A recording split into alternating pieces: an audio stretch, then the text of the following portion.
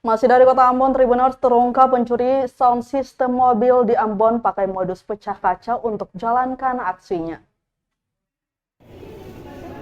Kapolres Pulau Ambon dan Pulau-Pulau Lease Kombes Pol Raja Arthur Simamora mengungkapkan pelaku pencurian sound system mobil saat menjalankan aksinya menggunakan modus pecah kaca. Modus ini dianggap baru di Kota Ambon, di mana pelaku pakai busi untuk memecahkan kaca mobil targetnya.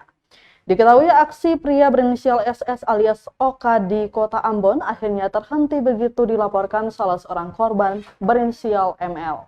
Mobil ML dibobol pelaku saat sedang parkir di kawasan Galunggung Tanah Rata dan berhasil mencuri sound system miliknya.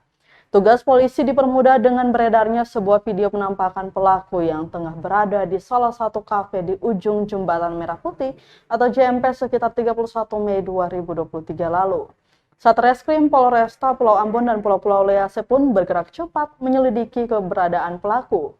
Meski begitu, pihaknya tidak menyerah begitu saja. Melalui pemeriksaan saksi-saksi, akhirnya ditemukanlah titik terang keberadaan pelaku yang bertempat tinggal di Pasar Lama Ambon.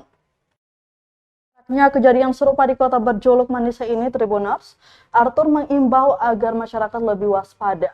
Oka saat ini sudah ditetapkan sebagai tersangka. Dia dijerat pasal 363 ayat 1 ke 5 Junto, pasal 64 ayat 1 KUHP tentang tindak pidana pencurian dan pemberataan dengan ancaman hukuman penjara selama-lamanya atau 7 tahun. Itu pengendalian CCTV itu di bawah Balai Jalan. Jadi itu sempat kendala, namun kita tidak berputus asa. Kemudian teman-teman juga mulai mengawali kejadian dari banyak TKP sebenarnya, dari laporan LP 205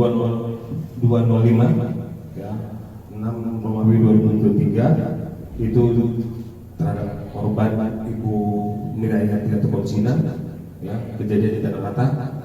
Dari inilah kita temukan, kita bongkar kasusnya, dan dari ini semuanya pelaku